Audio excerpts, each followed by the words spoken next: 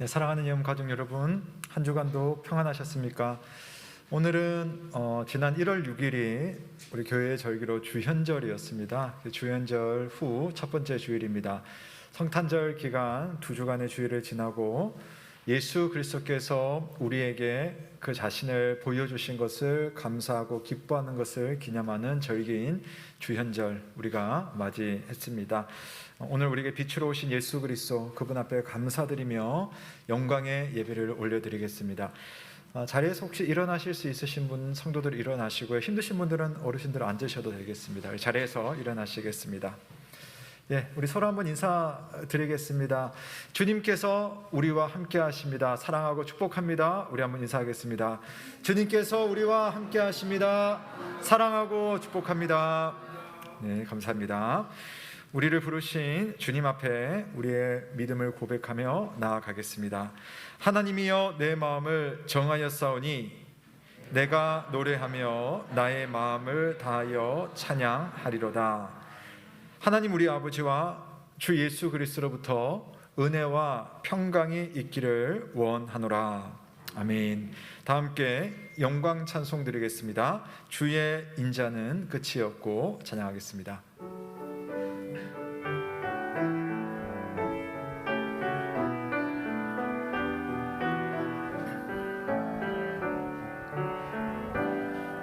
주의 인자는 끝이 없고 그의 자비는 무궁하며 아침마다 새롭고 늘 새로우니 주의 성실이 금이라. 성실하신 주의 인자는 끝이 없고 그의 자비는 무궁하며 아침마다 새롭고 늘 새로우니 주의 성실이 금이라. 성실하신 주의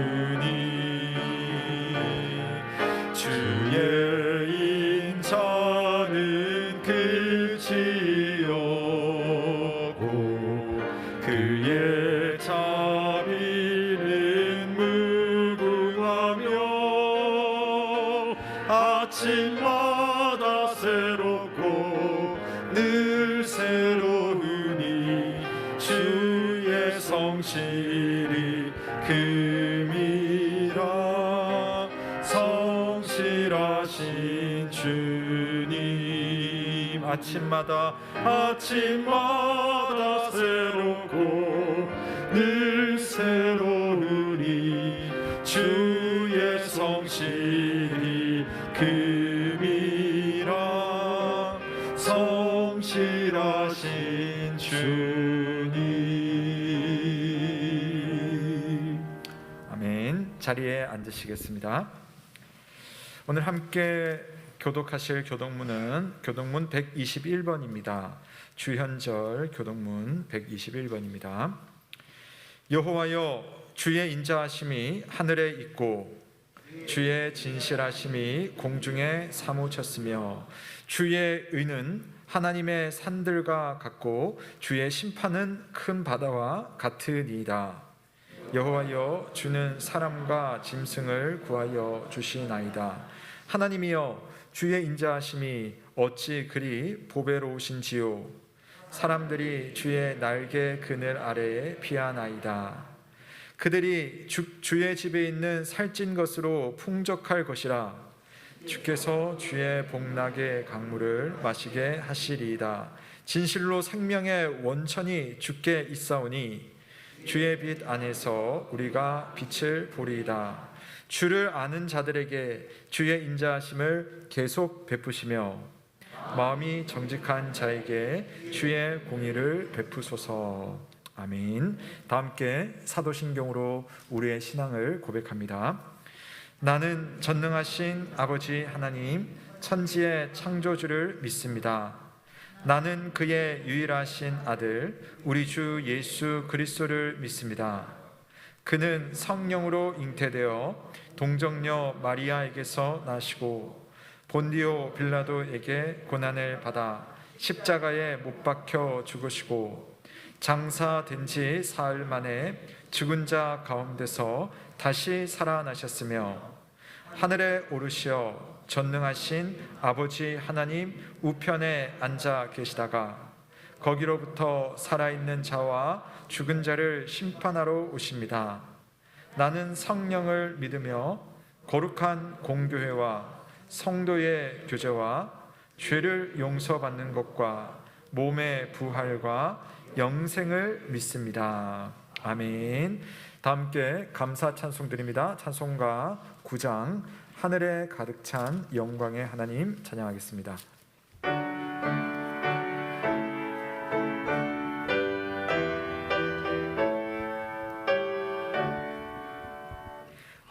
하늘에 가득 찬 영광의 하나님 온 땅에 충만한 존귀하신 하나님 생명과 빛으로 지혜와 권능으로 언제나 우리를 지키시는 하나님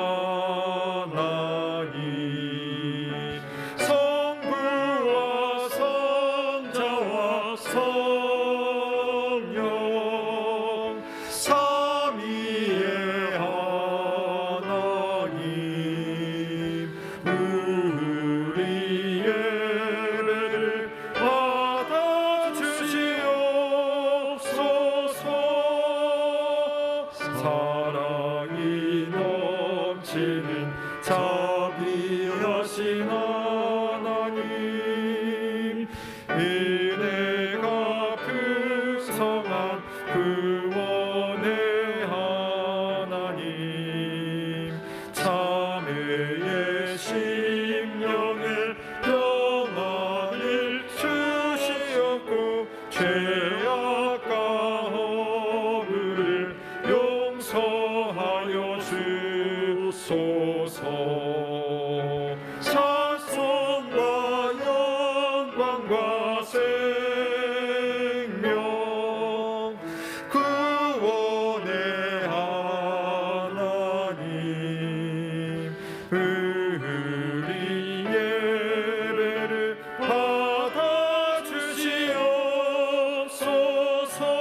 받아주시옵소서. 연약한 심령을 굳게 세워주시고 의둔한 마음을 지혜롭게 하시고 주의 뜻 받들어 참되게 살아가며 주 말씀 따라서 용감하게 하소서. 권능과 지혜와 사랑 은혜의 하나님 우리 예배를 받아주시옵소서. 주 앞에 나올 때 우리 마음 기쁘고 그 말씀이 되어 새 희망이 솟는다. 고난도 슬픔도 이기게 하시옵고 영원에 이르러 살아가게 하소서. 우리의 사랑과 기쁨 생명의 하나님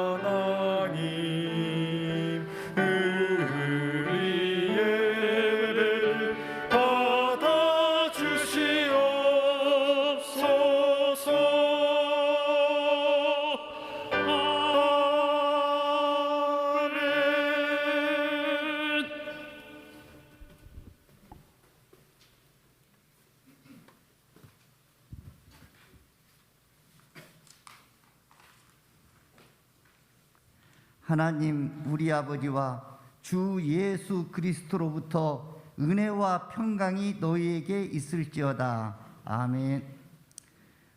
우리 안에 살아계신 하나님 아버지, 은혜와 사랑 감사합니다. 이 시간 한 주간의 삶을 돌아보며 신령과 진정을 다해 예배드리기를 원합니다. 성령 충만케 하옵소서. 오늘 또 살아계신 하나님이 우리의 삶 속에서 실제가 되길 원합니다. 내가 생각하고 원하는 것을 뛰어넘어 우리를 향해 계획하고 원하시는 주님의 뜻을 이루어가길 소망합니다. 이를 위해 말과 행동 하나하나 주님이 친히 행하시도록 깨어 기도하며 주님과 동행하는 삶을 살아가게 하옵소서. 2022년에는 성령 충만함으로 교회 안에 공동체 의식을 갖고 승리의 삶, 복음의 삶을 살아갈 수 있기를 원합니다. 코로나 가운데에도 각 기관들이 마음과 뜻을 다하여 살피고 서로를 세워가게 하옵소서. 특별히 교육부서원들이 어두운 이 세상을 넉넉히 이겨나갈 수 있도록 주님께서 친히 동행하여 주옵소서. 코로나19로 힘들었던 건강, 사회, 경제가 빨리 정상화될 수 있기를 원합니다. 새해 주님께 올려드리는 여러 기도 제목이 있습니다. 응답하여 주옵소서. 추운 날씨에 건강이 좋지 않은 성도님들 마음에 용기와 희망을 주시옵고 주님께서 친히 치료하여 주옵소서. 대선이 얼마 남지 않았습니다. 하나님 마음에 합한 자가 당선될 수 있도록 국민들의 마음을 인도하여 주시길 원합니다. 말씀 전하시는 목사님 성령 충만케 하시옵고 말씀을 통하여 교회가 회복되는 은혜를 주옵소서. 주님께 드리는 찬양을 기쁘게 받아주시고 드리는 예배를 위하여 수고하는 성도님들의 섬김을 기쁘게 받아 주옵소서. 감사드리며 우리 주 예수 그리스도의 이름으로 기도드리옵나이다. 아멘.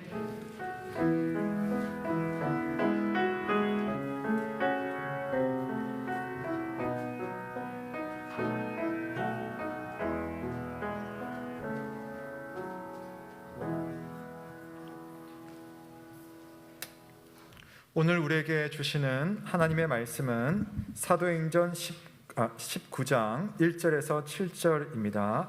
신약성경 220면 사도행전 19장 1절에서 7절을 봉독하시겠습니다.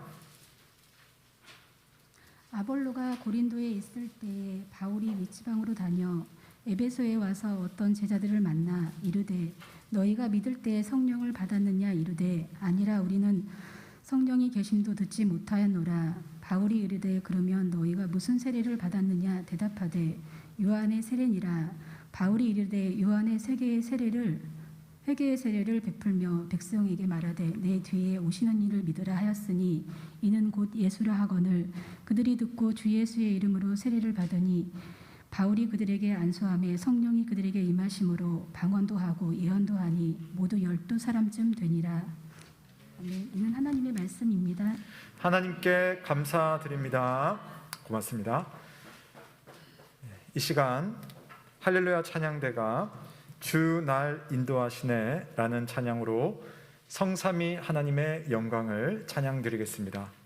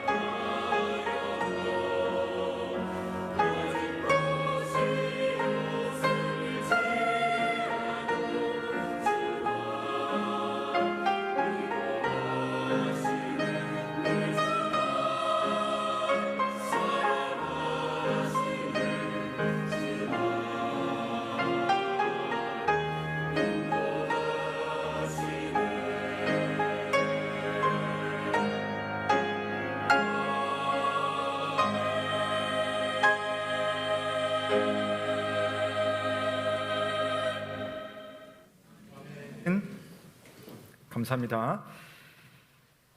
네, 오늘도 참 좋으신 주님의 은혜와 평강이 주님을 사랑하는 우리 모든 영 가족들과 함께하길 주의 이름으로 축복합니다. 아멘. 서울 종로 2가 여러분 잘 아시는 탑골공원이 있습니다. 탑골공원 안에 들어가면 원각사지 10층 석탑이라는 석탑이 있습니다.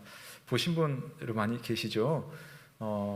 국보 2호입니다. 2호. 예, 그래서 높이가 12m나 되는 하얀 대리석으로 만들어진 석탑, 조선시대 때 만든 탑인데요.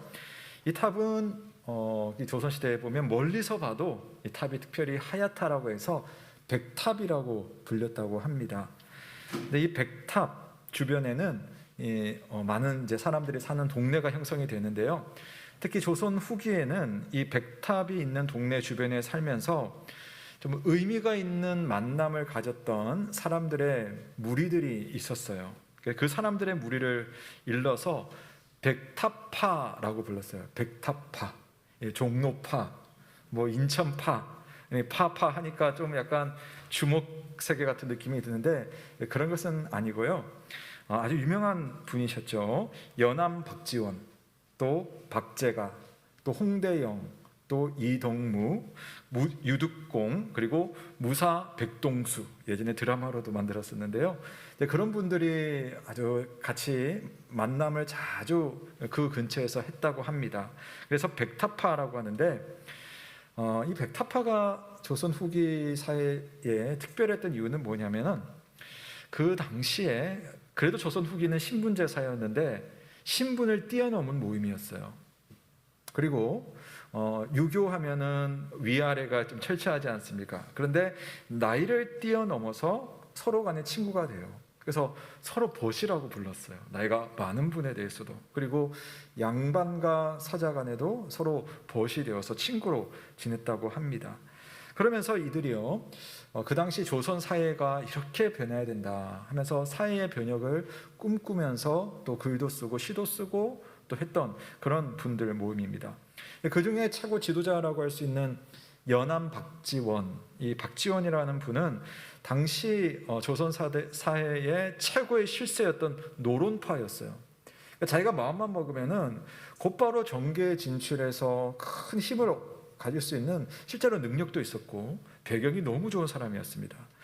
그런데 이 사람은 그런 주류 사회에 편입되지 않고 그냥 가만히 물러서서 집에서 가난하게 책을 읽고 공부를 합니다. 백성들을 위해서 나라가 해야 될 것이 뭘까?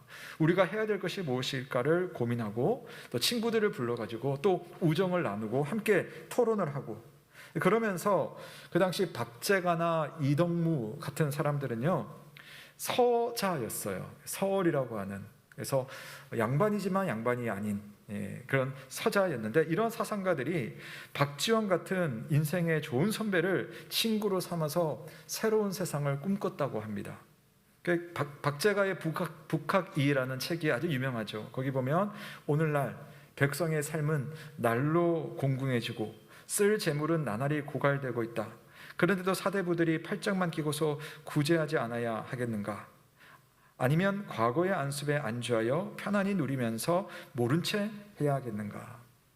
내가 서자니까 그냥 사회에 대해서 불만만 가지고 살아가는 그런 것이 아니라 어떻게 하면 우리 사회를 좋은 사회로 만들 수 있을까 고민했던 그런 사람들, 이런 사람들이 이렇게 주장이 가능했던 것은 신분을 초월하고 나이를 초월했던 그런 법과의 만남, 그리고 서로가 서로에게 스승이 되는 그런 참 좋은 만남이 있었기 때문입니다. 이 사람과 사람 사이라는 의미를 가진 우리 한자어 인간이라는 단어, 이 단어는요 한 사람의 삶이 다른 사람의 삶을 만나는 것이 얼마나 중요한가를 잘 표현해주는 그런 단어인 것 같아요. 인간. 그래서 우리가 좀 나쁜 그런 어감으로도 쓰지만 그러나 이 단어에는 얼마나 좋은지, 나의 삶이 누군가의 삶에 영향을 미치고 누군가의 삶이 내 삶을 더 풍성하게 만드는 그런 관계가 인간이라는 사람의 관계입니다. 사랑하는 여러분, 우리는 그리스도 안에서 형제와 자매로서의 만남이라는 복을 지금 다 누리고 있어요. 만남이 잦으면 이 만남이 얼마나 소중한지 모를 수도 있습니다. 그래서 하나님은 종종 이 만남의 소중함과 중요성을 특별히 깨닫게 하는 그런 계기를 마련하시기도 합니다.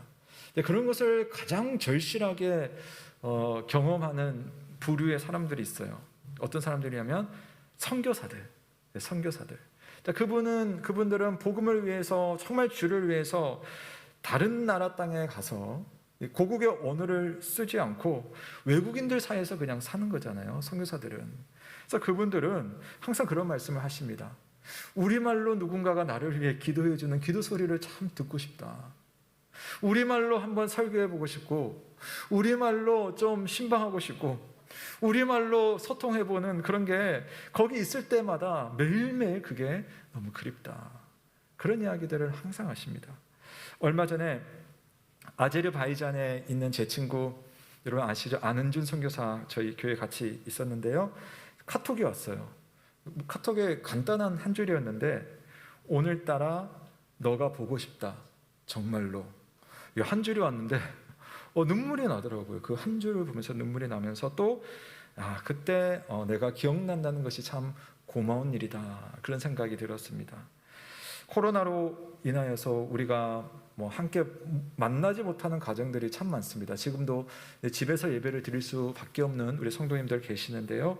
참 그래서 우리가 이 만남이 얼마나 소중한지를 더없이 많이 생각을 하게 되고요. 근데 한편으로는 이런 만남의 소중함이 우리가 이렇게 안 만나다 보니까 만성화돼서 이 소중함을 잃어버리면 안 되겠다라는 생각도 해보게 됩니다. 우리가 만나야 할 이유, 또 우리가 함께 해야 할 이유를 잘 찾아서 성령 안에서 만남의 기쁨과 은혜를 회복하는 이번 2022년 한 해가 될 수 있기를 주님의 이름으로 축원합니다. 하나님은 오늘도 교회를 통해서 주님의 백성들에게 여러 가지 만남을 통해서 복을 주시기를 원하세요. 자, 오늘은 그런 내용을 잘 보여주는 본문을 우리가 읽어봤습니다. 자, 사도 바울이 제3차 선교 여행을 하던 중이었어요. 이 터키의 에베소라는 지역에 도착을 했는데 거기서 어떤 제자들을 만납니다. 제자라는 표현을 쓰는 것을 보면 이 사람들도 예수님을 따르는 사람이었구나 라는 것을 알 수가 있겠죠. 믿음이 없지 않았습니다. 그런데 바울이 보니까 그 믿음이요, 얕은 믿음이었어요. 그러니까 믿음이 있고 믿는 사람이긴 한데 뭔가 이상해요. 대화를 해보면 뭔가 초점이 좀 맞지 않습니다. 중요한 무엇인가가 쏙 빠져 있었어요. 하나님을 믿기는 믿지만 하나님께 더 가까이 갈 수 있는데 가까이 가지를 못하고 있는 상태, 그러니까 변화가 필요한 상태였습니다. 다행스럽고 감사하게도 이런 상태 속에 있는 이 사람들이 사도 바울을 만남으로써 그들에게 꼭 필요했던 복음을 듣습니다. 그리고 더 깊은 믿음으로 나아갈 수 있게 됩니다. 여러분, 얕은 믿음에서는요, 신앙을 여러분 수영으로 한번 표현해 보면 수영을 할 수가 없어요. 신앙의 헤엄을 얕은 믿음에서는 잘 칠 수가 없습니다. 좀 우리가 깊은 데로 가야지, 그때야 여러분의 신앙이 더 자유롭고 더 행복하고 더 능력 있게 신앙의 헤엄을 칠 수가 있는 거예요. 새롭고 깊은 믿음으로 나아가는 일이 오늘 사도 바울과의 만남을 통해 이루어지고 있습니다. 여러분의 믿음은 어떻습니까? 우리가 새해가 되면요, 항상 우리가 그래도 올해에는 내가 이런 믿음으로 살아야지 하면서 자기 믿음을 살펴보지 않습니까? 여러분의 믿음은 헤엄을 칠 수 있는 그런 믿음 속에 있습니까? 그냥 찰방찰방 내가 믿고 있구나 이 정도에서 지내고 있습니까? 지금 이 깊이보다는 더 깊은 곳에 가서 마음껏 헤엄칠 수 있는 믿음, 하나님의 은혜와 능력을 정말 충만하게 누릴 수 있는 그런 믿음, 그런 믿음을 위해서 만남을 주선하시는 우리 하나님을 기대하시며 올 한 해 하나님 늘 찬양하시는 저와 여러분 되시길 주님의 이름으로 축원합니다. 자, 오늘 본문에서 이 어떤 제자들은 자기들의 믿음을 점검할 수 있는 기회를 얻었어요. 가만히 내버려 두고 그냥 우리들끼리만 있었으면 이것이 신앙생활인가 보다, 딱 그랬을 거거든요. 그래서 얕은 물가에서 지냈겠지만 참 감사하게도 바울을 만나면서 다른 세계가 있구나, 신앙에 더 깊은 곳이 있구나 라는 것을 알 수 있게 됩니다. 그것을 위해서 사도 바울은 두 가지 질문을 통해서 이 두 사람에게 이 사람들에게 믿음을 점검할 수 있는 기회를 주는 겁니다. 여러분, 우리가 주님 안에서 이런저런 만남을 하게 되는데요, 만남이 중요한 이유는 하나님께서 그런 만남을 통해 여러분의 믿음을 점검할 수 있는 기회를 주시기 때문이에요. 가령 여러분께서 목회자를 만날 때도 좀 이상한 가르침을 하시는 목회자들이 사실 있거든요. 그런 분들을 만나면 여러분의 신앙이 흔들리게 될 겁니다. 그래도 성경적인 가르침으로 하는 바른 목회자를 만나는 것 얼마나 중요한지 몰라요. 교회에 딱 왔을 때에 좋은 직분자들이 나를 섬겨주고 있구나, 좋은 직분자들을 만나는 성도들은요, 야, 이게 교회의 따뜻함이구나, 이걸 알아요. 얼마나 신앙생활이 좋은지 몰라요. 훈훈한지 몰라요. 또 반대로 내가 누군가를 섬기게 되잖아요. 그러면 내 믿음이 정말 주님 안에서 살아서 움직이고 있구나, 이런 것을 알 수가 있어요. 그러니까 만남을 소중히 할 필요가 있다는 거죠. 또 이런 만남도 있죠. 때로는 여러분 살면서 시험을 만나고 고난을 만납니다. 그 만남도 여러분의 믿음을 점검하고 그 믿음을 더 깊은 곳으로 가게 하는 하나님의 특별히 좋은 기회로 사용될 수 있다는 것 여러분 아십니까? 하나님은 여러분에게 여러 만남을 통해 기회를 주시는 겁니다. 이 기회가 있을 때 지혜롭게 그것을 받아들이면 마음껏 헤엄칠 수 있는 은혜의 바다로 나아갈 수가 있습니다. 그러기 위해서는 여러분들께서 나의 믿음을 좀 평소 점검해 보려는, 어떤 기회가 왔을 때 그 기회 앞에서 나는 지금 어떤 상태인가를 살펴보고 돌아보고 은혜를 구하는 열린 마음이 참 중요한 거예요. 오늘 말씀 속에 이 어떤 제자들이 그랬습니다. 이분들은요, 얕은 믿음에 있었지만 더 깊은 믿음으로 들어갈 수 있는 그 충분한 열린 마음이 있었어요. 오늘 그걸 우리가 봐야 되는데요, 우선 바울이 이 사람들을 보면서 질문을 합니다. 첫 번째 질문, 너희가 믿을 때에 성령을 받았느냐? 자, 믿을 때라는 말은 이 사람들 예수님을 믿었다는 겁니다. 그러니까 믿었으면 바울이 볼 때는 성령의 은혜가 있는 건데 성령을 받았느냐라고 물어봤는데 의외의 대답을 하는 거예요. 우리는 성령이 계심도 듣지 못했습니다, 이렇게 대답하는 겁니다. 그러니까 성령이라는 단어를 모르는 건 아닙니다. 예수님을 믿었기 때문에. 그런데 성령께서 우리와 함께 하시고 내 안에서 활동하시고 역사하신다는 그런 것은 저희들이 듣도 보지 못했어요. 이거 모르는 겁니다. 잘. 또 한 번 질문을 합니다. 그러면 너희는 어떤 세례를 받았느냐? 세례를 받았대요. 세례를 받았대요. 그래서 세례의 내용이 무엇이냐를 물어봤는데 이분들이 우리는 요한의 세례를 받았습니다 라고 대답을 합니다. 그러고 보니까 이제 바울이 상황 파악이 딱 되는 거예요. 아, 이 사람들은 세례 요한의 가르침을 주로 받았구나.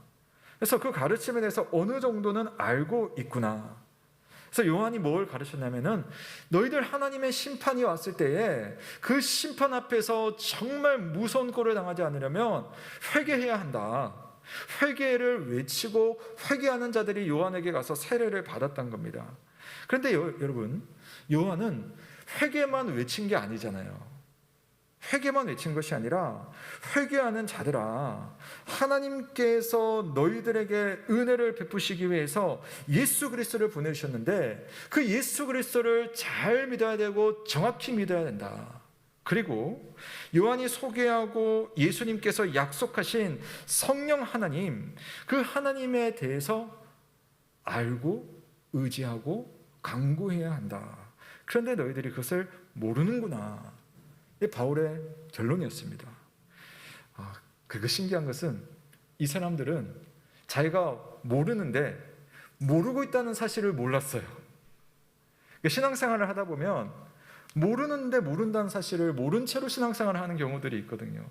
가끔씩 이제 저한테 와서 목사님, 제가 믿음이 좀 더 강해지고 싶어요. 좀 더 기도에 힘이 있고 싶어요. 이렇게 할 때 대부분의 이제 그런 표현은 내가 뭔가 감정적으로 되게 충만해지고 뭔가 좀 힘있게 뭔가를 하고 싶은 어떤 그런 외향적인 표현들을 하시는 경우가 참 많습니다. 근데 딱 보면 이제 필요한 게 뭐냐면은 그분들은 뭐가 필요하냐면은 예수님이 누구신가에 대해서 좀 더 알 필요가 있으세요. 우리가 고난을 만났을 때에 그 고난에 대해서 하나님께서 고난을 통해 우리의 삶에 다가오시는 하나님, 이 하나님의 상품에 대해서 좀 더 알 필요가 있습니다. 기도할 때 큰 소리로 하고 싶어요 라고 말할 때 기도란 과연 무엇일까? 하나님과 나와의 만남이고 그 만남 속에 내 삶에 일어나는 그 영적인 변화라는 것이 과연 무엇일까? 이런 것들을 조금 알 필요가 있는데 그게 필요한지를 잘 모른다는 거죠. 사실 우리가 모르면 모른 채로 접근하는 경우가 참 많은데 오늘 이분들이 그랬어요. 그래서 사도 바울이요, 그 제자들이 모르고 있는 것에 대해서 간파를 하고 설명을 하는 거예요. 자, 우리 4절 말씀 함께 읽겠습니다. 시작. 바울이 이르되 요한이 회개의 세례를 베풀며 백성에게 말하되 내 뒤에 오시는 이를 믿으라 하였으니 이는 곧 예수라 하거늘. 아멘. 자, 요한의 세례를 받았다고 하니까 그게 뭔지를 이제 설명하는 거예요. 받긴 받았는데 그게 뭔지를 모르는 사람에게 당신들이 받았던 것의 의미를 제대로 설명을 해주는 겁니다. 자, 이 기록에는 짧게 핵심만 있습니다만은 실제로 바울은 친절하게 설명을 다 해줬을 거예요. 요한이 베풀었던 회개의 세례가 무엇인가? 내가 내 죄를 깨닫고 회개를 하며 하나님의 은혜를 구하는 이들에게 하나님은 완전한 죄 용서를 주신다. 그 죄 용서가 뭐냐면 하나님의 은혜의 완성인 예수 그리스도시다. 요한이 회개의 세례를 베푼 이유는 죄를 회개한다면 예수 그리스도를 믿어서 죄 용서를 받으라는 것이다. 그래서 세례 요한은 하나님께서 약속하신 메시아가 그리스도이시니 그분을 믿으라고 가르쳤습니다. 그런데 예수님을 믿는다는 것은 그냥 막무가내로 그를 믿는다가 아니라 그분의 십자가를 믿는 거예요. 그분의 부활을 믿는 거고 그분의 가르침을 믿는 거고 또 그분께서 약속하신 성령 하나님을 믿고 그분의 은혜를 구하는 것, 이게 다 믿음 안에 들었거든요. 그러니까 그냥 믿음이 아닌데 나는 그냥 믿는다 라고 하는 수준인 겁니다. 얕은 믿음이죠. 그래서 이 요한이 가르치고 바울이 말하는 이런 믿음을 가진 사람들이 사실은 구원을 받는 백성들이며 또 성령 세례를 받는 사람들이라는 사실을 친절하게 가르쳤어요. 그 사람들이 필요한데 모르는 것 가르쳤습니다. 이 설명을 하고 나서 바울은 주 예수의 이름으로 세례를 줍니다. 자, 우리가 오늘 이걸 보고 우리도 세례를 2번 받아야 되네? 그렇지 않습니다. 여기도 방언과 예언이 나오는데 우리도 그래야 되네? 그렇지 않습니다. 자, 이때는 초대교회가 이제 교회가 세워지는 아주 특별한 순간이었기 때문에 특별한 일로 일어난 거고요. 또 사도행전 안에서도 대부분 이렇게 되지는 않아요. 근데 여기는 좀 특별하게 그런 모습이 있습니다. 그래서 제가 좀 설명을 해드릴 필요가 있겠는데요. 이 제자들은 이미 예수님을 믿는 사람들이라고 제가 말씀드렸죠. 한 사람이 예수님을 믿는다는 것은 내가 의지적으로 믿겠다 이런 게 아니잖아요. 여러분 이미 잘 아십니다. 누가 예수님을 믿는다는 것은 그 믿음 자체가 이미 성령께서 그 사람에게 역사하셨기 때문에 믿음이라는 것이 생긴 겁니다. 그러니까 이 사람들도 성령의 은혜로 예수님을 믿었는데 문제는 우리의 믿음이 성령께서 하신 일이라는 사실 자체를 모르고 있는 거예요.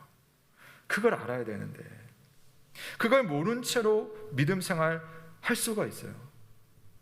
여러분에게 이미 성령께서 계시고 여러분의 삶을 성령의 능력으로 인도하실 그 성령이 여러분 안에 계신데 나는 정작 그런 성령 하나님을 알지 못하고 생각하지 못한 채로 그냥 믿음 생활을 할 수가 있다니까요.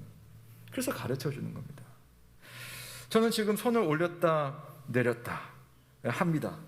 고개를 저을 수도 있고 또 이렇게 물을 마실 수도 있습니다.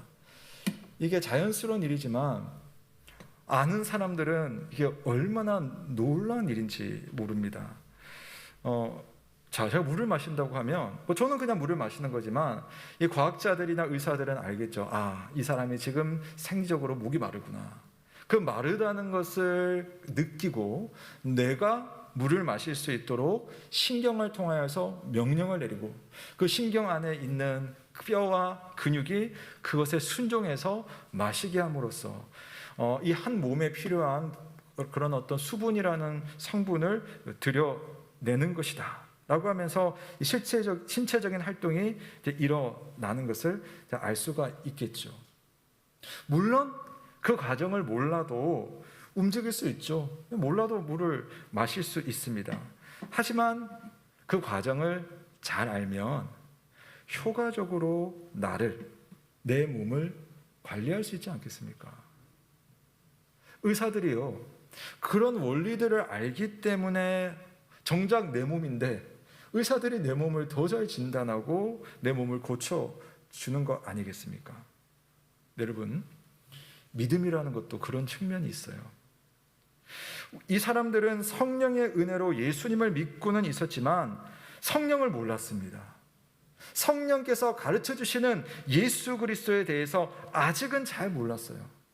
예수님이 누구신지, 그분이 무엇을 가르쳤는지, 우리가 무엇을 믿어야 하는지 모르니까요, 얕은 물가, 얕은 은혜에 머물러 있습니다. 바울은 그것을 가르치는 겁니다. 그리고 그 사실을 알고 믿고 고백할 때에 이 사람들은 이제 더 깊은 은혜의 바다로 들어가게 되는 거죠. 바울은 그러기 위해서 두 가지 질문으로 이 사람들의 믿음을 스스로 점검하게 하는 거예요. 너희가 성령을 받았느냐? 당신들의 세례는 어떤 세례였는가? 그래서 모자란 부분을 점검하고 채우려고 하는데, 중요한 것은 이 사람들이요, 자기들이 모른다는 사실을 인정했다는 거예요. 그게 중요합니다. 성령의 세례를 받았느냐라고 할 때 성령이라는 그 표현 자체를 모르는 건 아니거든요. 근데 대뜸 와가지고 너 아냐 이거? 이러면 기분 나쁘면 몰라도 안다고 말할 수 있는 거거든요. 근데 나는 잘 모른다라고 대답을 하는 겁니다. 어떤 세례를 받았느냐? 요한의 세례 말고 더 특별한 세례를 받았다고, 또는 그 말에 기분 나빠가지고 내가 그거 왜 이야기해야 돼? 라고 말할 수도 있겠지만 이 사람들은요, 자기들의 상황을 솔직히 다 이야기를 합니다. 그리고 바울의 설명을 진지하게 듣고 받아들입니다. 만일 이 제자들이 바울의 이 질문, 내 믿음을 점검해야 되는 이 만남 속에 그 만남을 건성으로 듣고 이 바울의 설명을 심드렁하게 받아들인다면 성령의 역사가 일어나지 않았겠죠. 이 제자들에게 정말 특별한 것은 그들에게 온 기회로 잡았다는 겁니다. 하나님은 오늘도 우리 모두에게 지금보다 더 깊은 은혜의 바다, 더 넓은 믿음의 영역으로 들어갈 기회를 주십니다. 그러니까 이 기회 속에서 나를 점검하고 필요한 부분들을 잘 살펴야지 더 잘 갈 수가 있는 거죠. 한 달 정도 전에 제 아내랑 성도님 한 가정을 이제 신방을 했습니다. 집에서 이제 차를 타고 출발을 했습니다. 멀지 않은 곳이었는데 중간쯤 가니까 차가 꿀렁꿀렁 덜컹덜컹 하는 거예요. 뭐가 이상해요. 그래도 이제 좀만 더 가면 되니까 가는데 사람들이 막 보는 거예요. 차를 보는 거예요. 뭐지? 보니까 차가 펑크가 난 거예요. 펑크가 나서 이제 빠지고 있는 겁니다. 근데 사람들이 볼 때는 이게 소리도 밖에 심하게 나고 저렇게 가면 안 되는데 싶었는데 저는 이제 얼마 안 남았으니까 나 끝까지 가리라 신방해야 되니까 끝까지 가리라 하면서 밟고 갔어요. 꿀렁꿀렁꿀렁 소리가 통통통통 나면서 갔는데, 자, 그 성도 집 입구, 주차장 입구까지 갔어요. 자, 어떻게 됐을까요? 뻗어버렸어요, 차가. 그 주차장 입구까지 내려가야 되는데 거기서 더 이상 가지를 않는 거예요. 그래가지고 뭐 전화 드리고 차 불러가지고 그 고치고 해가지고 이제 가까스로 신방을 했었는데요. 하나 크게 배웠습니다. 야, 차를 탈 때, 시간이 있을 때에, 기회가 있을 때에 내가 할 수 있는 점검을 좀 해야 되는구나. 차도 제가 모르니까요. 점검할 줄 모르는 거예요. 그래서 근데 우리 교인들 중에는 차 잘하시는 분들은 아마 딱 보면 타자마자 그걸 느낄 거예요. 근데 저는 타도 모르는 거예요. 운전을 해도 모르는 거예요. 다 빠지고 나서야 알게 되는 겁니다. 그러니까 여러분, 마음은 열심히 가고 목적지까지 가려고 하는데 점검하지 않은 것으로는 갈 수가 없는 거예요. 다 갔다고 생각했는데 그 안에 못 들어가는 겁니다. 여러분, 하나님께서 여러분에게 믿음을 점검할 수 있는 기회를 반드시 주십니다. 그 기회 앞에서 마음을 열고 하나님의 뜻을 받으시기를 바랍니다. 지금 여러분께서 말씀을 듣는 이 순간이 하나님께서 여러분에게 주시는 기회일 수 있습니다. 또 내가 새해가 됐는데도 내 삶이 왜 이렇게 꽉 막혀 있을까? 마음이 답답하신 분 계시죠? 여러분, 이걸 이렇게 생각하시면 어떻겠습니까? 이 답답한 상황 속에서 하나님이 내게 주시는 믿음의 점검 포인트가 뭘까? 나는 이 순간 하나님 앞에서 어떤 모습으로 한번 은혜를 구해야 될까? 자기 믿음을 점검할 수 있죠. 감사하게도 또 어떤 성도님들 주변에는 나에게 믿음으로 권면을 해주시는 작은 권면이지만 그 권면을 곰곰이 생각하면서 기도해 보면 꼭 하나님의 음성으로 내게 말씀하는 그런 성도님들이 계세요. 그런 믿음의 기회와 믿음의 만남이 있을 때에 그 앞에서 마음을 열고 겸손히 나아가는 것, 얼마나 중요한지 모릅니다. 믿음이 성장하고 온전함을 향해서 가는 첫걸음은 여러분, 내가 부족하구나라는 것을 겸허하게 인정하고 받아들이는 것에서 시작을 합니다. 제가 신학교 다닐 때요, 이제 좀 부끄러웠던 일인데 3학년이 딱 됐을 때, 이제 3학년 되면 졸업반이잖아요. 신대원 졸업반인데 그쯤 되니까 1, 2학년 때 그렇게 학교 생활이 힘들고 했는데 편하더라고요. 네, 마치 말년병장처럼 편해졌습니다. 그리고 이제 교회 사역도 이제 그때는 좀 큰 교회에서 전도사로 있었거든요. 근데 그 교회 사역도 너무 익숙한 거예요. 그래서 교회에 가면은 많은 성도님들이 전도사님, 전도사님 이렇게 불러주시고 또 다들 잘해주시고 또 뭐 설교하면은 막 잘 들어주시고 끝나고 나서 이제 전도사니까 더 칭찬해주시잖아요. 막 칭찬을 막 해주시고 막 그러는 거예요. 그러면서 제 마음속에 부끄러운 마음이 들어왔어요. 아, 내가 잘하고 있구나. 내가 좀 아는구나. 내가 좀 목회자로서 이렇게 하고 있구나. 이런 생각이 딱 들기 시작하는 거예요. 근데 그것에 대한 역효과가 이제 금방 일어나더라고요. 학교에 이제 사역을 끝나고 월요일에 학교에 가면 내가 주일에 애쓰고 또 이 정도 칭찬을 받았고 좀 아는 것 같으니 수업에, 이 학교 신학 수업에 제가 좀 이렇게 열심히 덜해지는 것이 확연하게 느껴지더라고요. 또 학교에서 하나님 앞에 나아가서 개인적으로 하나님과 만나는 경건 생활, 그 경건 생활도 좀 소홀해지더라고요. 학교에서는 그냥 편하게 있으려고 그렇게 합니다. 그러면서 주말에 교회로 가서 사역을 하고 학교로도 돌아오고 이런 패턴이 반복되면서요, 제 상태가 어떤지를 제가 계속 체크를 하지 못했던 겁니다. 그러면서 졸업을 했어요. 그리고 강도사가 되고 풀타임 사역자가 되고 목사가 됐는데, 목사가 되고 나서 제가 뼈저리게 느낀 게 있었어요. 제 스스로에게 준비가 안 됐구나. 너는 준비가 안 됐구나. 제가 그 생각하면서 뭐가 떠올랐냐면요, 3학년 때의 제 모습이 떠오른 거예요. 그때 하나님께서 너무나 이 교회를 섬기는 데 있어서 중요한 공부를 시켰는데 왜 그때 더 읽지 않고 왜 그때 더 공부하지 않았을까? 그때는 사실 더 고민하고 울어야 되는 일들이 참 많았는데 그때는 그게 싫어가지고 그렇게 하지 않았던, 하나님 앞에 더 간절히 매달리지 않았던 그때가 막 떠오르면서 야, 나는 겸손하지 않았고 계속 겸손하지 않구나 라는 생각을 하게 되는 겁니다. 생각을 해보면 왜 그랬을까? 그때부터 그 기간 동안 나는 모른다라는 생각보다는 조금 안다라는 생각이 앞섰던 것 같아요. 지금은 그래도 그때보다 주제 파악을 좀 하는 것 같습니다. 내가 너무 모르는구나. 주제 파악을 그때보다 훨씬 잘하는데 그때는요, 훨씬 몰랐는데도 스스로 좀 안다고 생각을 했었어요.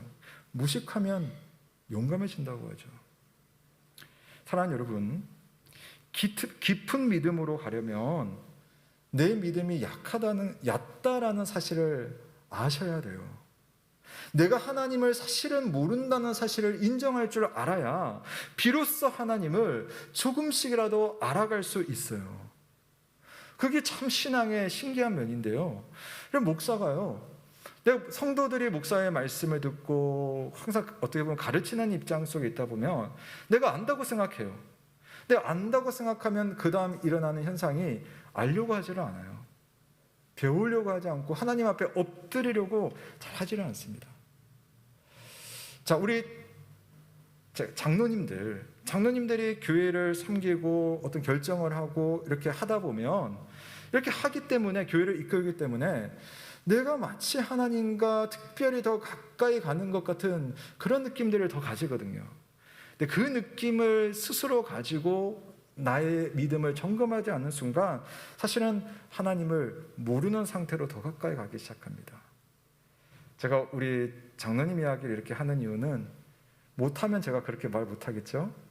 잘 하시니까 제가 그런 이야기를 하는 겁니다. 여러분, 우리 신앙의 선배들은요, 그런 것들을 참 고민을 많이 했던 것 같아요. 어떤 분이 우리가 하나님에 대해서 말을 할 때에 만일 당신이 전부 이해하지 못한다면 그것이 놀라운 일인가? 놀랍지 않다는 거예요. 우리가 하나님을 모른다는 것이. 왜냐하면 당신이 전부 다 이해한다면 그분은 하나님이 아니시라는 거예요. 그래서 무모하게 내가 안다고 생각하고 선언하는 것보다는 오히려 경건하게 모른다고 고백하는 것이 낫다. 하나님을 약간 아는 것이 오히려 큰 복이다. 하나님을 전부 다 이해하는 것은 전적으로 불가능하기 때문이다. 그렇게 말을 했습니다. 아우구스티누스가 한 말인데요. 또 어떤 신학자는요, 이런 이야기를 해요. 하나님에 대한 지식은 뭐냐? 진짜 하나님에 대한 지식은 내가 그분을 이해할 수 없다는 것에 대한 통찰이 하나님에 대한 지식이다. 우리는 내가 하나님을 안다, 그게 지식이라고 생각하죠. 근데 하나님 앞에서 진정한 믿음과 지식은 나는 하나님을 정말 모릅니다. 그래서 하나님, 오늘도 은혜를 주셔야 됩니다. 그 고백이야말로 하나님에 대한 믿음의 지식인 줄로 생각하시기를 바랍니다. 여러분, 그런 통찰력이 갖춰지기 시작할 때 우리가 하나님께 한 발자국 더 가까이 나아가는 거예요. 그렇게 될 때 여러분, 하나님 말씀이 들려요. 안다 생각하면 하나님 말씀은 안 들리거든요. 우리가 하나님을 알 수 없기 때문에 성경이 우리에게 주어지는 거죠. 우리가 스스로 하나님을 알면 성경을 주실 이유가 없습니다. 하나님께서 우리에게 성경이라는 계시를 주신 이유는 우리가 우리 힘으로 모르기 때문입니다. 그래서 성경 말씀을 대할 때 겸손히 받아야 되는 거예요. 물은 낮은 곳으로 흐르고 하나님의 은혜는 겸손한 이들에게 흘러간다는 사실을 믿으시기를 바랍니다. 여러분의 믿음은 어떤 믿음입니까? 여러분의 믿음을 점검할 수 있기를 주님의 이름으로 축원합니다. 너희가 믿을 때에 성령을 받았느냐? 바울이 질문을 할 때는 그 사람들에 대해서 부정적인 평가를 하거나 낮춰본 것은 아니었습니다. 사실 반대였어요. 하고 싶은 축복이 있었습니다. 어떤 축복이냐면 예수 믿는 사람은 성령을 받아야 하고 성령 하나님과 동행해야 되는데 누구라도 하나님의 은혜를 구하면 그게 가능하다는 겁니다. 성도라면 누구나 성령 하나님으로 인하여서 인도하심을 받을 수 있고 그분과 동행할 수 있기 때문에 그래서 축복하는 말이었어요. 어떤 면에서는 이 질문이 예수님께서 제자들에게 명령하셨습니다. 성령을 받으라. 베드로야 너는 성령을 받고 도마야 너는 성령 안 줄 거야. 그게 아니에요. 모든 제자들에게, 믿는 자들에게 성령을 받으라. 우리 지난 주간 특별 새벽 기도의 주제가 성령 하나님과 동행하기였잖아요. 거기에 새벽에 같이 기도하신 우리 성도 여러분, 어떤 분은 성령 하나님의 은혜를 받을 수 있고 어떤 분은 성령 하나님의 은혜를 받을 수 없다가 아니에요. 그분을 구하는 모든 이들이 성령 하나님의 도우심과 은혜를 입을 수 있다는 사실을 믿으시기를 바랍니다. 예수님께서 그렇게 말씀하셨죠. 너희 하늘아버지께서는 구하는 자에게 성령을 주시지 않겠느냐라고 말입니다. 하나님께서 기쁘게 주시려는 것, 그게 있어요. 그걸 구하는 것이 지혜로운 신앙 아닙니까? 주려고 하는 것은 달라고 안 하고 안 주는 거 받으려고 애를 쓰는 것, 미련한 신앙이죠. 여러분, 왜 구하지 않습니까? 하나님이 여러분 주시려고 하는데, 여러분 왜 하나님께 가까이 나아가지 않습니까? 하나님 여러분을 기다리고 계시는데 왜 하나님의 말씀을 읽고 그 말씀을 배우려고 하지 않습니까? 예수님께서 그 말씀 가운데 축복의 약속을 주시고 여러분의 삶을 하나님의 능력으로 인도하시려고 하는데 왜 성령의 은혜를 구하지 않습니까? 구하는 자에게 주시려고 하시는데, 성령의 역사는 어떤 특별한 사람들에게 일어나는 신비한 현상이 아니라 예수 믿는 모든 성도들에게 일어나는 일이에요. 그래서 이 사도행전을 기록한 누가는요, 숫자를 사용해서 그걸 보여줍니다. 숫자를 사용해요. 7절에 보시면 그 숫자가 이 성령 받아가지고 특별한 은혜를 경험한 이 숫자가 몇 명이라고 되어 있죠? 12사람쯤 된다고 하죠. 이게 무슨 특별한 의미가 있나 싶겠지만 성경에는요, 어떤 숫자들에는 상징이 들어가 있어요. 이 숫자를 보면 여기에 이런 의미가 있지 않을까? 한번 생각해 볼 수가 있는데 그 중에 하나가 10입니다. 12.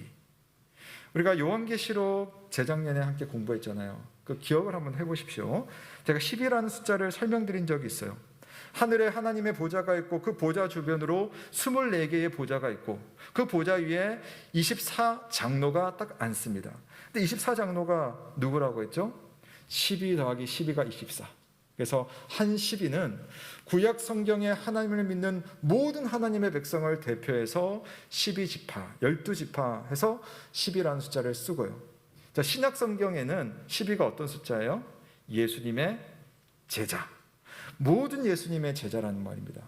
그러니까 예수님 이전에 하나님을 믿었던 사람, 예수님 이후에 하나님을 믿었던 모든 사람이 12, 12, 24. 그 대표들이 앉아있고, 즉 모든 하나님의 백성들이 영광스러운 하나님의 천국에서 하나님을 예배한다. 그게 그 보좌의 의미였다고 말씀드렸어요. 또 14장에 보면 어린 양 예수 그리스도 앞에서 새 노래를 부르는 성도들의 숫자가 나와요. 숫자 몇 명인지 기억하세요? 꽤 많았는데 14만 4천 명 있었죠. 어떤 이단에서는 그걸 딱 숫자로 딱 생각해가지고 이만큼 들어와야지 이 안에서만 구원을 얻는다 해가지고 막 주장했다가 거기가 부흥하니까 넘어버렸어요. 그때 그 교리를 없애버리더라고요. 14만 4천 명은 그게 아니라고 말씀드렸죠. 12 곱하기 1000입니다. 1000이라는 건 많다라는 거거든요. 그래서 역시 구약의 모든 백성들, 신약의 모든 백성들 12, 12. 그래서 모든 백성들이 예수 그리스도에게 속해서 하나님 앞에 예배한다. 그래서 10이라는 숫자. 제가 좀 설명을 길게 해버렸는데요. 그러니까 오늘 사도행전 말씀으로 다시 돌아가 보면 누가는 일부러 이 숫자를 기록한 거예요. 12.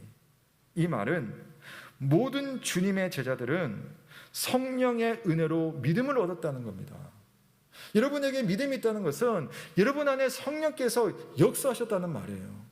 그 말인 즉슨 12 모든 주님의 제자들은 이처럼 더 깊은 성령의 역사를 누릴 수 있다는 말씀입니다. 그러니까 여러분들도요, 성령 충만한 사람은 특별한 사람이 아니라 내가 성령 충만한 믿음의 사람으로 올 한 해를 살아갈 수 있다는 사실을 믿으시기를 바랍니다. 그러라고 하나님께서 교회를 주신 겁니다. 예수님은 성도들에게 교회를 주시고 교회를 통해서 일하십니다. 성경 곳곳에서 하나님의 은혜를 누리고 성령의 역사를 경험한 사람들의 이야기는 그들만의 이야기가 아니라 모든 교회의 이야기입니다. 그리고 우리들의 이야기예요. 우리에게 일어나는 여러 만남 속에 우리 주님께서 여러분의 삶 속에 함께 하십니다. 우리가 교회 안에서 믿음 가운데서 사람들을 만나잖아요. 그 만남 속에 주님께서 여러분의 믿음을 점검할 수 있는 기회를 주시는 거예요. 좋은 분을 만날 때도 그렇고 좀 나를 힘들게 하는 분을 만날 때도 여러분의 믿음을 점검할 수 있다니까요. 다 은혜의 기회입니다. 예상치 못한 상황과 환경을 만날 때도 그 속에도 주님은 여러분과 함께 하시는 겁니다. 그 만남을 성령의 은혜를 구하는 기회로 삼으시기를 바랍니다. 그리고 이처럼 말씀을 들을 때에, 말씀을 읽을 때에 그 말씀과의 만남 속에 주님은 여러분과 함께 하십니다. 그 만남을 여러분 소중히 여기시고 그 속에서 일하시는 하나님을 의지하는 겁니다. 겸손히 자기의 믿음을 점검하면서 하나님의 은혜를 구할 때에 성령께서 여러분 안에서 일하심을 믿습니다. 저는 여러분에게 이런 축복을 좀 해드리고 싶어요. 올 한 해 오늘 말씀처럼 우리 교회에 어떤 제자들, 어떤 장로님, 어떤 집사님, 어떤 권사님, 어떤 성도님들께서 과거에 얕은 믿음이었는데 올해는 깊은 믿음으로 나아가서 헤엄치면서 믿음 생활하더라. 그런 하나님 안에서의 믿음의 축복이 여러분 모두에게 있기를 주님의 이름으로 축원합니다. 아멘. 우리 함께 말씀 감사드리며 찬송가 374장 나의 믿음 약할 때에 찬양 드리겠습니다.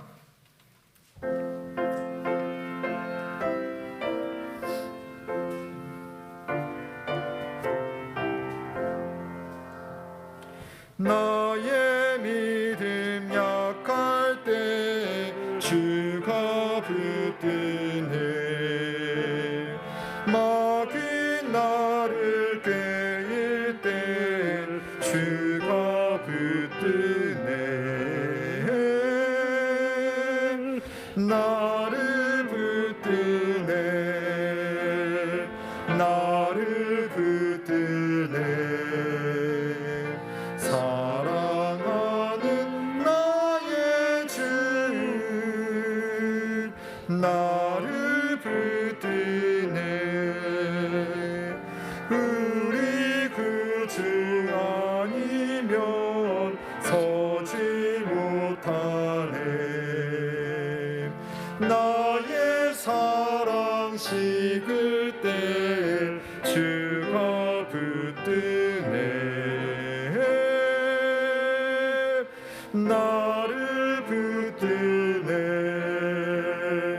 나를 붙드네. 사랑하는 나의 주 나를 붙드네.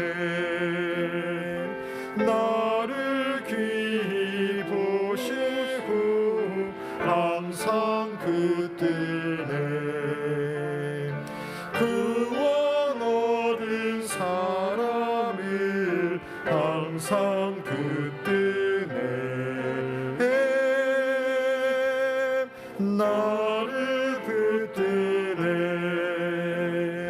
나를 붙드네. 사랑하는 나의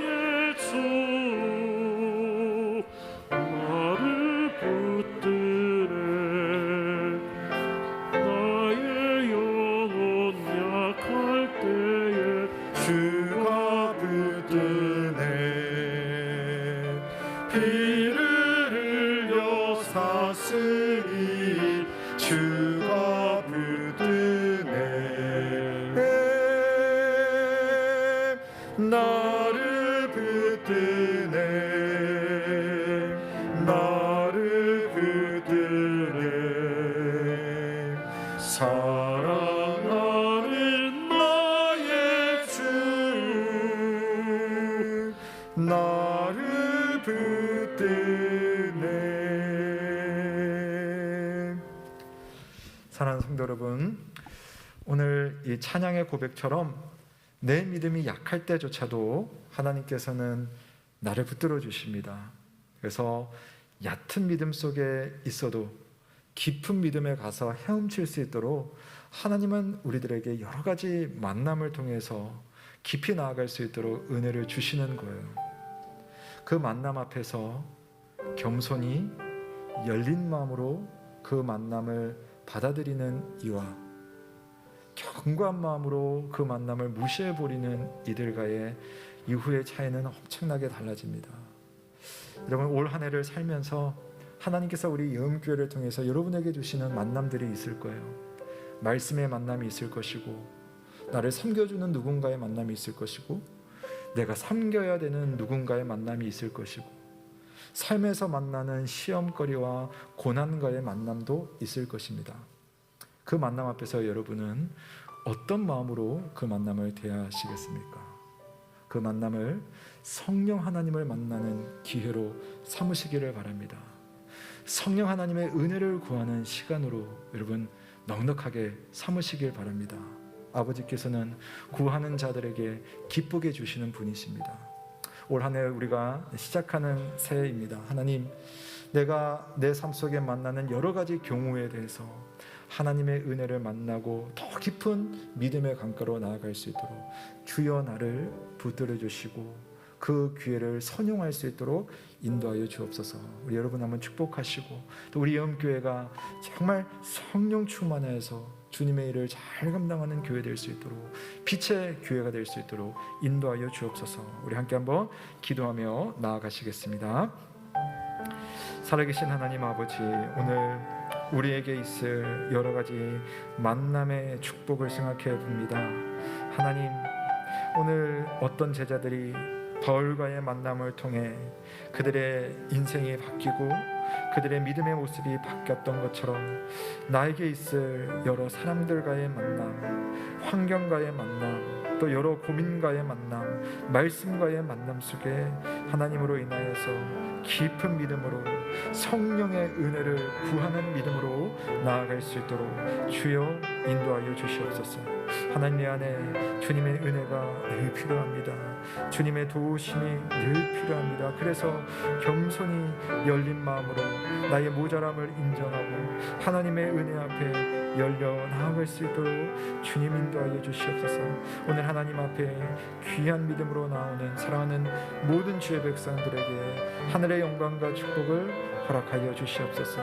오늘 은혜 구하는 성도들에게 살아계신 하나님으로 인하여서 믿음의 충만함이 올 한 해 얕은 믿음에서 깊은 믿음의 자리에서 헤엄칠 수 있는 위엄의 교우들 다 될 수 있도록 주여 인도하여 주시옵소서. 주님을 찬양합니다. 영광 가운데 나아갈 수 있도록 함께하여 주시옵소서. 주님.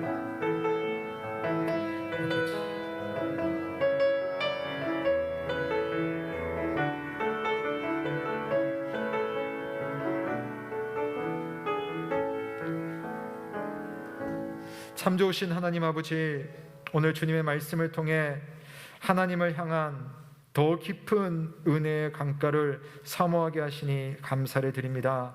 얕은 믿음 속에 있을지라도 주께서 내게 베풀으시는 여러 만남을 통해 더 깊은 곳으로 나아갈 수 있도록 우리를 인도하심을 신뢰하며 교만한 마음 아닌 열린 마음, 겸손한 마음, 하나님께 은혜를 구하는 마음으로 나아갈 수 있도록 올 한 해를 주장하여 주옵소서. 그리하여서 정말 하나님 기뻐하시는 그 강구를 하여서 성령 충만한 모습으로 하나님의 능력으로 올 한 해를 살아갈 수 있도록 주께서 인도하여 주옵소서. 우리 영교회 모든 성도들이 주께서 허락하시는 만남의 기회 속에 자신의 믿음을 점검하고 더 나은 믿음의 자리로 나아갈 수 있도록 은혜를 베풀어 주옵소서. 이 시간 주님 앞에 감사의 마음을 담아 귀한 예물을 올려드립니다. 하나님 나라에 귀하게 쓰임받게 하시고 우리 성도들의 가정들마다 좋은 것으로 필요한 것으로 채워주시되 늘 주님 앞에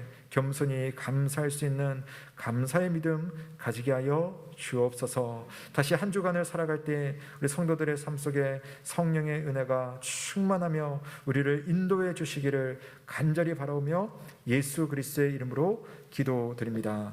아멘. 감사합니다. 네, 교회 소식 전해드리겠습니다. 네, 지난 1월 6일이 교회 절기로는 주현절이었고요. 오늘은 주현절 후 첫 주일입니다. 이 주현절 절기 기간은 약 6주예요. 6주. 주현절 후 몇째 주일 이런 식으로 갑니다. 우리에게 빛으로 오신 예수님을 따라서 세상에 작은 빛이 되는 이번 한 주가 되셨으면 좋겠습니다. 이제 중요한 광고인데요. 자, 우리가 속해 있는 고신교단이 설립 70주년을 맞이했습니다. 그래서 올해 우리 교단에서는 특별한 준비를 하고 있는데요. 우리 교단의 상황과 한국교회의 상황을 보면서 하나님 앞에 함께 깨어서 기도하는 시간을 갖자라고 해서 70주년이기 때문에 70일 특별 새벽 기도회를 각 교회별로 이렇게 갖도록 했습니다. 그래서 뭐 한 번에 다 모이고 이런 것이 아니라 교회별로 특별한 새벽 기도회를 하는데 교회별로 이제 70일 동안 할 수 있도록 그렇게 준비를 합니다. 물론 우리 매일매일은 아니고요. 우리 교회가 새벽 기도 모이는 날짜대로 하고 그 외 시간에는 여러분 각자 개인적으로 기도하는 시간을 가지겠습니다. 그러나 이 교단이 가지고 있는 본문과 또 교단이 주는 기도 제목을 함께 기도하려고 합니다. 자, 우리 이 내용에 대해서 우리 영상으로 한번 잠깐 설명을 좀 보고 제가 마지막 설명드릴게요. 고신교회 70주년 70일 특별 새벽기도. 교회 다시 세상의 빛으로. 고신교회가 창립 70년을 맞이했습니다. 2월 7일부터 4월 17일인 부활절까지 70일 동안 전국의 2,300여 교회가 특별 새벽기도회를 가집니다. 특별 새벽기도회를 통해 우리는 기대합니다. 회개, 말씀을 따라 회개함으로 십자가 앞에서 나를 새롭게 합니다. 회복, 하나님과 먼저 회복하고 이웃과의 관계를 회복합니다. 전진, 하나님께 헌신함으로 교회와 가정과 직장에서 새롭게 헌신합니다. 70년 전에는 전쟁으로 인해 고통을 당했고 지금은 코로나로 인해 많은 어려움을 겪고 있습니다. 우리가 지금 할 일은 분명합니다. 믿음의 선배들은 위기와 혼돈을 겪었을 때마다 기도했습니다. 말씀 들었습니다. 이스라엘을 멸망케 하는 것은 거대한 제국이 아닙니다. 그 안에 있는 작은 죄악이었습니다. 구원자는 하나님밖에 없으니 하나님께 회개하고 하나님만 신뢰하라고 외쳤던 이사야의 말씀을 붙들고 기도합시다. 70일은 긴 시간입니다. 그러나 코로나 전국을 생각하면 결코 길지 않습니다. 우리도 히스기야처럼 기도할 수 있습니다. 히스기야를 통해 이스라엘을 구원하셨던 하나님은 바로 우리 아버지이십니다. 아버지 하나님께 무릎 꿇고 회개할 때 우리는 회복될 줄로 믿습니다. 교회는 분명히 회복됩니다. 다시 교회가 세상에 빛이 됩니다. 고신총회 70주년 70일 새벽기도회에 모두 참여합시다. 70일 특별 새벽기도회 참여 방법을 안내합니다. 하나, 등록카드를 작성하고 등록합니다. 한 번이라도 참여하시는 분도 등록합니다. 둘, 등록비는 1인당 10,000원, 2인 이상 가족은 수에 상관없이 한 가족당 20,000원입니다. 셋, 등록하신 분들은 교회에서 배부하는 교재를 받습니다. 교재 안에는 그날의 성경 본문과 찬송이 포함되어 있습니다. 넷, 70일 새벽기도 참여 스티커를 교재와 게시판에 붙입니다. 온 가족이 함께 은혜를 사모하는 마음으로 기도회에 오셔야 합니다. 매주 토요일은 전가족 새벽기도회로 모입니다. 자녀들과 함께 참여합시다. 기도회 중에 응답을 경험할 때 먼저 하나님께 감사하고 주변 성도들과 나눕시다.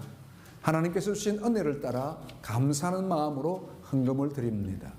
하나님께서 이 땅을 새롭게 하시는데 특별 새벽기도회를 통하여 고신 교회를 사용하시기를 간절히 바랍니다. 감사합니다. 70일 승리합시다. 70일 축복의 시작이 됩시다. 70일 비전을 체험합시다. 교회 다시 세상에 비추고.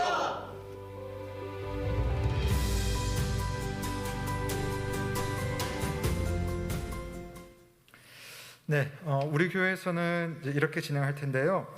일단 여러분 주보 사이에 보면 참여 신청서가 있어요. 그래서 이번 주, 다음 주까지 기본적으로 신청을 받고요. 그래서 이후에 하신 분들을 위해서도 저희들 좀 여분을 준비하긴 하겠습니다만은 다음 주까지 좀 신청을 받겠습니다. 그래서 한 분 신청하시면 한 분 이름 쓰시면 되고, 가족이 신청하시면 가족 숫자를 그 이름을 다 적어주세요. 왜냐하면 교재가 나가거든요. 그 교재를 좀 미리 신청해야 됩니다. 그래서 여러분 숫자를 써주셔야지 됩니다. 그래서 1인일 때는 등록비가 10,000원이고 또 2인 이상일 때는 20,000원이면 상관없이 교재가 제공이 됩니다. 그리고 이제 우리 교회 같은 경우는 이제 등록비를 교육자실에 직접 낼 수도 있겠지만은 할 수 있으면 가급적 계좌로 입금해 주시면 좀 편하실 것 같아요. 그래서 예를 들어서 이름을 있으면 자기 이름 쓰고 뒤에다가 특세라고 써주시면 여러분 입금하신 내용이 뭔지를 알 수가 있을 것 같습니다. 그래서 그렇게 좀 준비를 해주시면 되겠습니다. 다음 주까지 일단 우리 신청을 받도록 할 테니까요. 많이 기도해 주시고 70일이니까 여러분 좀 약간 주눅 드시죠? 저도 주눅이 들어요. 근데 너무 여러분 염려하지 마시고 70일은 어떻게 이게 아니라 여러분 가정에서 우리 영상으로도 계속 할 겁니다. 영상으로도 하실 수 있고요. 또 뭐 저녁 시간이 편하신 분들은 저녁 때 하실 수도 있고 또 하지만 새벽에 가능하신 분들은 지난주 우리 새벽기도 되게 뜨겁고 좋았잖아요. 그런 식으로 우리가 하면 더 힘이 날 것 같으니까 가능하신 분들은 또 그렇게 함께 해주시면 되겠습니다. 네, 1월 공동 기도 제목 이제 올해부터 매월 기도 제목을 좀 공동으로 하도록 하겠습니다. 본당 뒤쪽에 기도 제목지가 비치되어 있거든요. 필요하신 분들은 가져가셔서 기도를 부탁드리겠습니다. 네, 교우 소식입니다. 우리 강명규 집사님의 모친이신 이의영 성도님, 우리 주님의 부르심을 받았습니다. 우리 교회에 등록하셨어요. 등록하시고 연세 많으신데 예수님을 영접하셨습니다. 그리고 103세로 돌아가셨어요. 엄청나죠? 예, 제가 기억나는데 가서 복음 전하고 기도했을 때 그 연세 많으신 분이 아멘 아멘 했던 거 지금도 기억이 납니다. 예, 지난 주일에 부름을 받았고 화요일까지 장례를 은혜 가운데 잘 치렀습니다. 감사드리고요. 여러분 나가실 때에 우리 강명기 집사님 가정에서 떡을 좀 준비했다고 하니까요. 하나씩 받아 가시면 되겠습니다. 결혼 소식이 있습니다. 네, 박빛나리 자매가 결혼합니다. 김정우 형제와 결혼을 하겠고요. 1월 22일 토요일에 결혼합니다. MJ 컨벤션 센터에서 합니다. 많이 기도해 주시고 또 많이 축하해 주시기를 부탁드리겠습니다. 연말정산 기부금 영수증 필요하신 분 계시죠? 예, 교회에 좀 사무실에 알려주시거나 또 문자로 보내주시면요, 잘 해가지고 여러분 받으실 수 있도록 준비해 놓겠습니다. 필요하신 분 해주시고요. 또 마지막으로 공동체 성경 읽기. 이게 이제 우리 카톡방이 개설되어 있어요. 신청하신 분들은 카톡방에 신청해서 매일 7시에서 8시 사이에 내용이 올라갑니다. 그런데 그거 클릭해가지고 그냥 읽거나 듣거나 보시면 되게 되어 있어요. 한 20분, 하루 20분 투자를 하시면 됩니다. 그래서 그렇게 하실 분들은 신청을 교육자들에게 해주시면은 여러분 초대를 하겠고요. 아니면 뭐 여러분 구역장들한테 말씀하시면 초대를 해주실 수 있으니까요. 그렇게 하도록 하겠습니다. 나머지 내용 주보를 참조하시겠습니다. 네, 우리 하나님께서 신년 두 번째 주일 말씀 가운데 예배 가운데 우리와 함께 하셨습니다. 우리 한번 자리에서 일어나셔서요, 우리 말씀으로 서로 한번 축복하면 좋겠습니다. 네, 깊은 믿음의 강가로 나아가세요. 우리 한번 인사해 보겠습니다. 깊은 믿음의 강가로 나아가세요. 네, 올 한 해 은혜의 강가에서 믿음의 능력으로 마음껏 여러분 믿음의 수용을 하셨으면 좋겠습니다. 우리 함께 마침 찬송 선한 능력으로 찬송하시고 강복선언으로 예배를 마치겠습니다.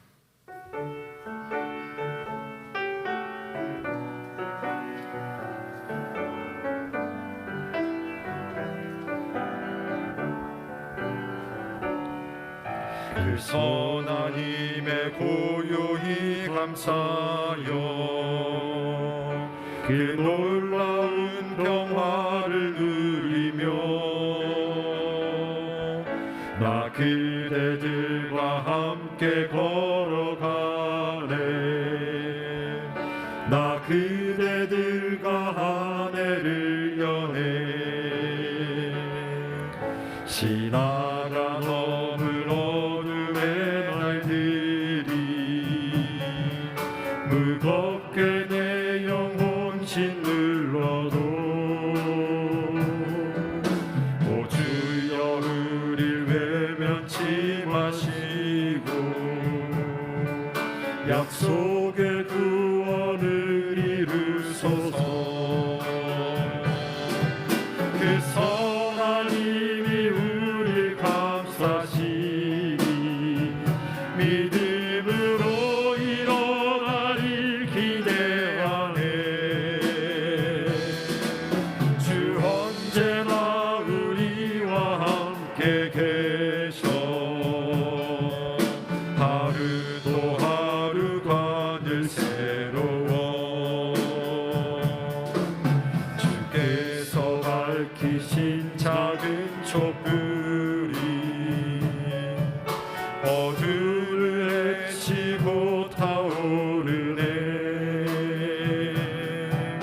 그 빛에 우리 모두 하나 되려 온 누리에 비추게 하소서.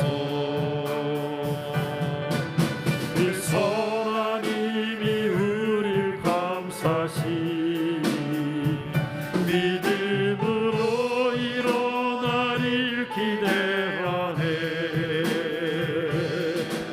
주 언제나 우리와 함께 계셔 하루도 하루가 늘 새로워. 이 고요함이 깊이 번져갈 때 저 가슴 벅찬 노래 들리네. 다시 하나가 되게 이끄소서. 당신의 빛이 빛나는 이 밤 그 선한 힘이 우릴 감싸시니 믿음으로 일어나릴 기대하네. 주 언제나 우리와 함께 계셔 하루도 하루가 늘 새로워.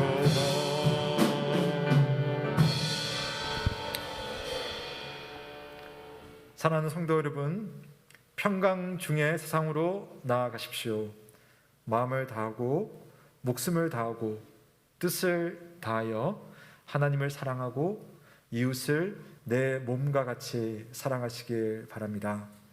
우리 주 예수 그리스도의 크신 은혜와 하나님의 사랑과 성령의 교통하심이 너희 무리와 함께 있을지어다. 아멘.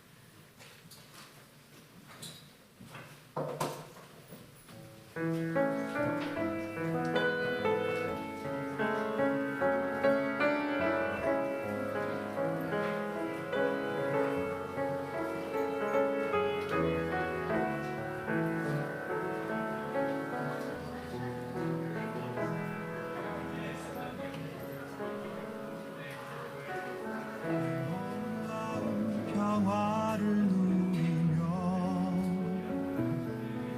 나 그대들과 함께 걸어가네. 나 그대들과 하늘을 여네. 지나간 어물 어둠의 날들이 무겁게 내 영혼 짓눌러도 오 주여 우릴 외면치 마시고 약속의 구원을 이루소서. 그 선한 힘이 우릴 감싸시니 믿음으로 일어날 일 기대하네. 주 언제나 우리와 함께 계셔.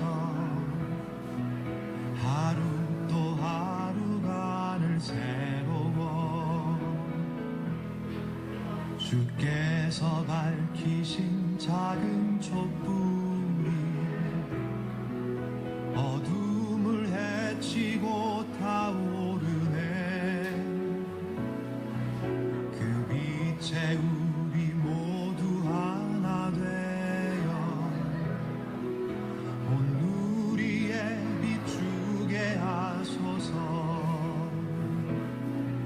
그 선한 힘이 우릴 감싸시니 믿음으로 일어날 일 기대하네. 주 언제나 우리와 함께 계셔. 하루 또 하루가 늘 새로워. 이 고요함이 깊이 번져갈 때 저 가슴 벅찬 노래 들리네. 다시 하나가 되게 이끄소서.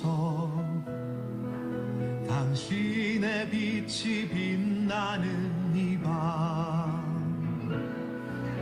그 선한 힘이 우릴 감싸시니 믿음으로 일어날 일 기대하네. 주 언제나 우리와 함께 계셔. 하루 또 하루가 늘 새로워.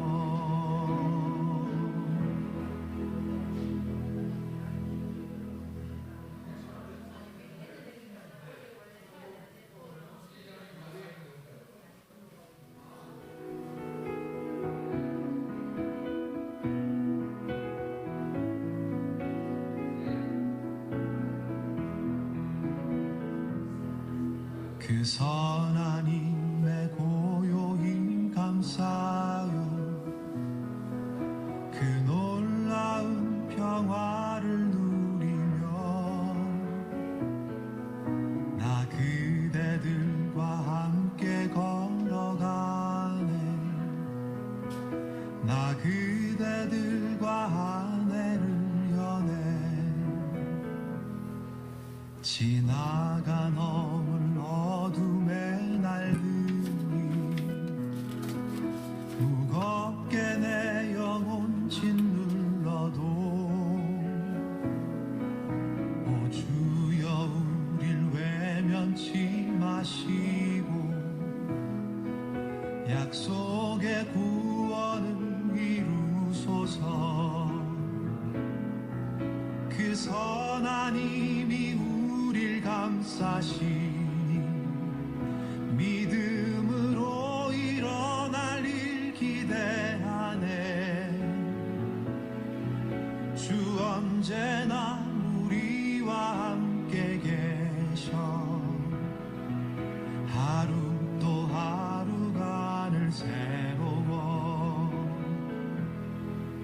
주께서 밝히신 작은 촛불이 어둠을 헤치고 타오르네. 그 빛에 우리 모두 하나 되어 온 누리에 비추게 하소서. 그 선한 힘이 우릴 감싸시니 믿음으로 일어날 일 기대하네. 주 언제나 우리와 함께 계셔. 하루 또 하루가 늘 새로워. 이 고요함이 깊이 번져갈 때 저 가슴 벅찬 노래 들리네. 다시 하나가 되게 이끄소서. 당신의 빛이 빛나는 이 밤.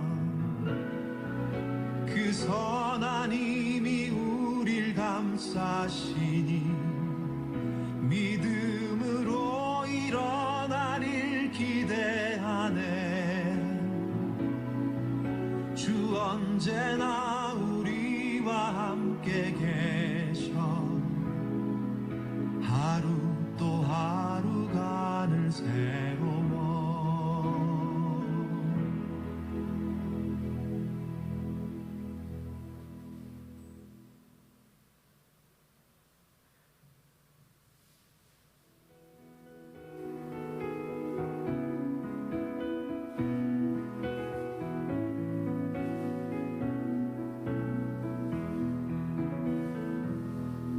그 선한 힘에 고요히 감사여. 그 놀라운 평화를 누리며 나 그대들과 함께 걸어가네. 나 그대들과 한 해를 여네. 지나간 어물 어둠의 날들이 무겁게 내 영혼 짓눌러도 오 주여 우릴 외면치 마시고 약속의 구원을 이루소서. 그 선한 힘이 우릴 감싸시니 믿음으로 일어날 일 기대하네. 주 언제나 우리와 함께 계셔. 하루 또 하루가 늘 새로워. 주께서 밝히신 작은 촛불이 어둠을 헤치고 타오르네.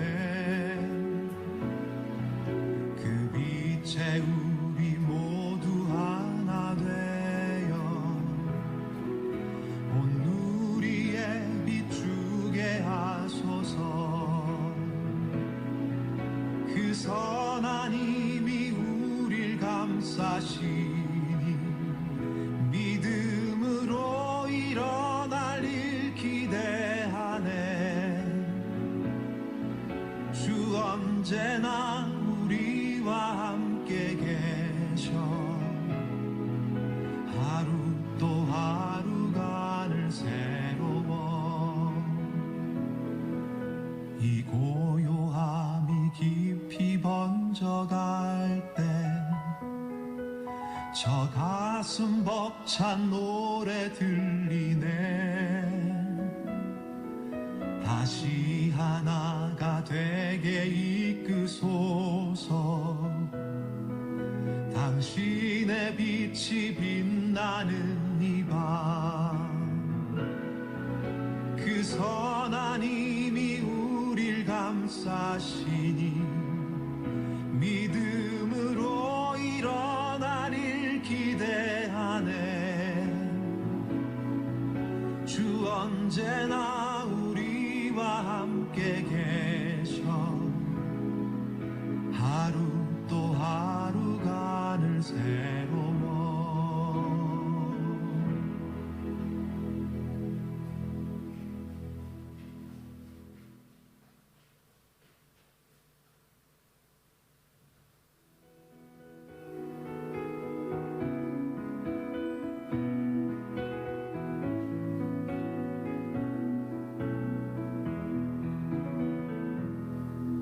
그 선한 힘에 고요히 감사하여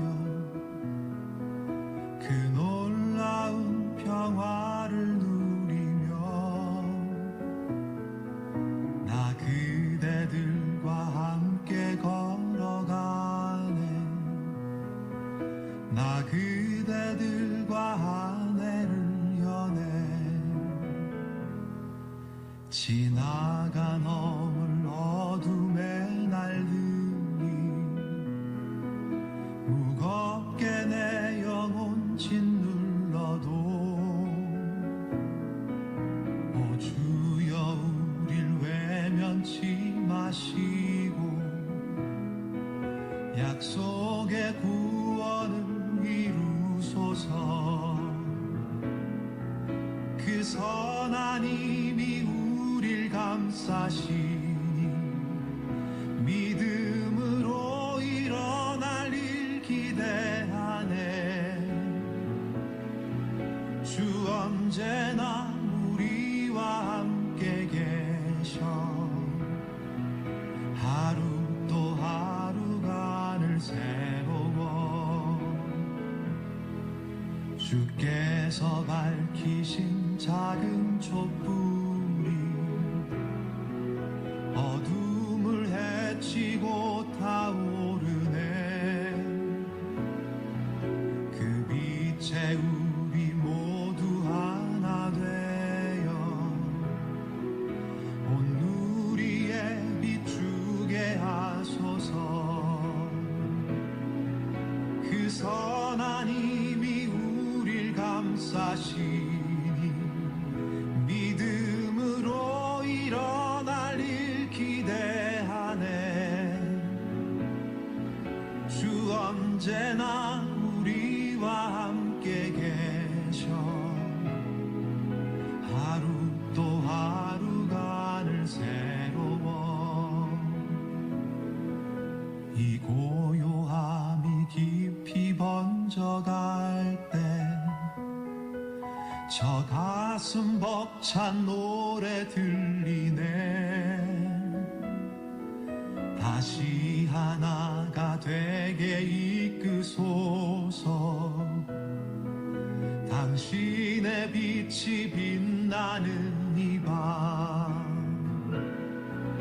그 선한 힘이 우릴 감싸시니 믿음으로 일어날 일 기대하네. 주 언제나